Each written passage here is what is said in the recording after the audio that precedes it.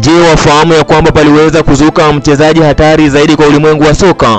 Ndiyo swali ambalo lajiuliza. Jina halisi aliitwa Augustine Azuka Okocha, almaarufu JJ Okocha. Alizaliwa mnamo tarehe 14 Agosti mwaka 1973 huko Enugu, Nigeria.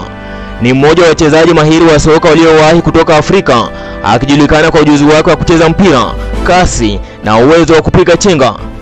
Je, wafahamu ya kwamba Okocha alianza kucheza soka kitaaluma nchini Nigeria kabla ya kuhamia Frankfurt ya Ujerumani mwaka wa 1992 ambako alijizolea umaarufu. Je, wafahamu ya kwamba baadaye alichezea kilabu kama Fenerbahce ya Uturuki, Paris Saint-Germain ya Ufaransa na Bolton Wanderers ya Uingereza ambako aliteuliwa kuwa nahodha na akawa kipenzi cha mashabiki.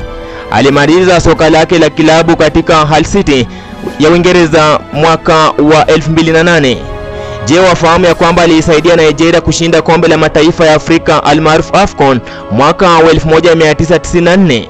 Alikuwa sehemu ya kikosi cha Nigeria kilichoshinda mchezo wa Olimpiki wa mwaka 1996 huko Atlanta ya Marekani.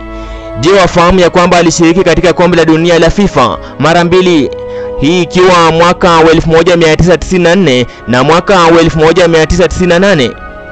Je, wafahamu ya kwamba Okocha anahesabika kama mmoja wa wachezaji bora zaidi wa Kiafrika kuwahi kucheza soka? Uwezo wake wa kupiga chenga na mtindo wake wa kucheza kwa burudani ulimfanya kuwa nyota wa kimataifa. Baada ya kustaafu, ameendelea kuwa balozi wa soka na mfanyabiashara. JJ Okocha anataka